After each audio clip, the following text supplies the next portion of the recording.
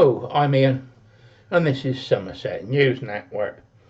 I want to talk about health and safety and EVs. I don't own an EV. I don't like them. I think they're milk floats. I think there's a lot of problems with them. But when I started work, I was a gunsmith dealing with firearms. One, I worked in a factory and I was dealing with firearms. So being safe around things was drummed into me from the age of 15. Using the machinery safely, using the firearms safely. Basic common sense. Then as time went on, we then got health and safety involved. You then had to fill in forms, health and safety forms. I worked in the civil service and I was in the file room for 3 months to try and sort it out.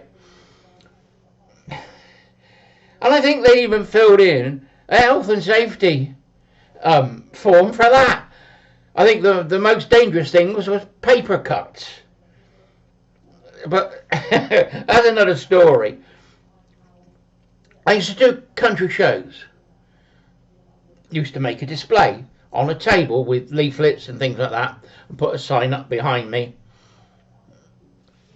I even had to fill in a health and safety form.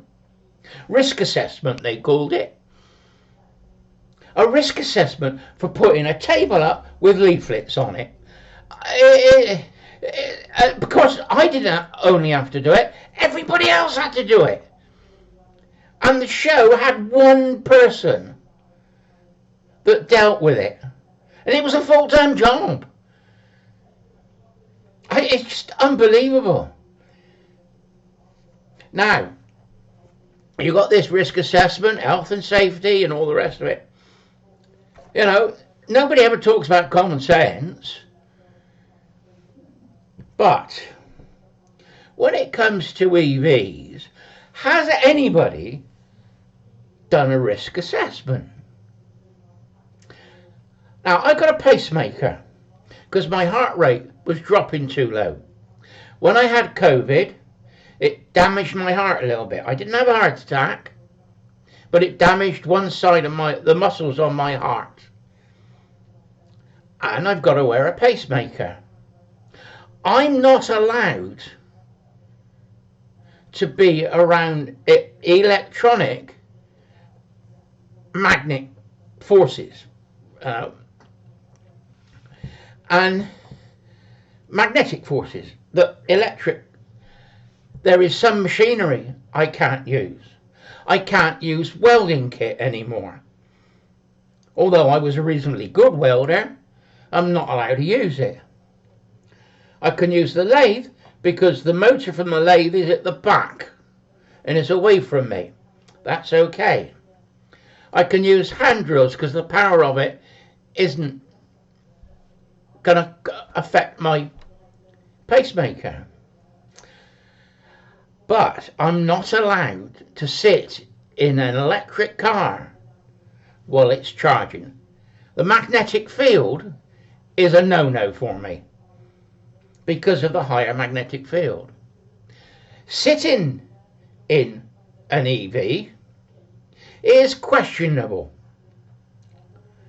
You know, some people say it's okay, some people say you've got to be careful. I don't know the answer. That's why I'm asking. Has anybody done risk assessment on EVs? Must have been done somewhere, surely. Or is it one of these things that, oh, we're all going to use EV, so it's going to be all right? You know, is there a cover-up going on? I suspect there is. What about EV fires? Oh, there's no more EV fires than normal cars. Really? Someone was charging up their EV in the house and burnt the house down. Electric bikes being charged up in the lean-to of a house. Burnt one side of a house. And the problem is, because of the way EV batteries are made, when it burns, it produces its own oxygen, which means it's almost impossible to put out. You can smother it, but because it's making its own oxygen, it just keeps going. What, there's been 4 fires on ships now that are transporting EV cars. One ship's actually been totally scrapped because of it. Insurance companies use risk assessment, and you pay your insurance on the risk involved in the activity that you're doing. That's how insurance works. That's why insurance on EVs has gone up, because of the risk of fires. Do you understand? Some insurance companies will not insure your house if you've got an electric charger on the wall. They definitely won't give you insurance if you've got an electric charger in a garage. You know, Porsche put out a letter telling its customers not to park EVs next to your house because of the risk of fire.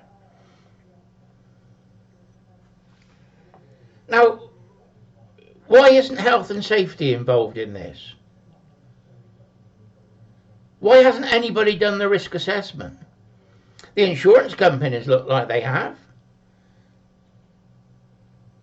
You know, we're going to get to a stage where insurance companies won't insure electric cars because of the risk. I think somebody has to really sit down and think what they're doing. We need a risk assessment on EVs, and we need health and safety to oversee it. That's what happens in business, in the factory. And when you go through health and safety, you try and minimize the risk as much as possible. Well, who's minimizing the risk of EVs? Everybody's just carry on as normal. Nobody is offsetting the risk factor of EVs. They're not being told about the magnetic field of the car. There was a video I saw of somebody testing the magnetic field in a car, and the magnetic field when it was being charged up, and it spiked. It went straight up in the air, and it was at dangerous levels. Why aren't people being warned of this? You know, the other thing they're doing is they're telling people that if you've got a EV, you shouldn't let it go down below 20% of charge. And you shouldn't charge your car over 80%. So what you've technically got is 60% of your total capacity of your battery that you can use. That's what they recommend. You also ought to be charging your mobile phone in the same way. You shouldn't let your mobile phone go down below 10%, and you shouldn't charge it over 80%. It makes the battery last longer. Yeah. So, I want health and safety to do risk assessment on EVs. People's lives depend on it. Sweeping it under the carpet is only going to create more problems. Anyway, Ian, Somerset News Network, bye bye for now.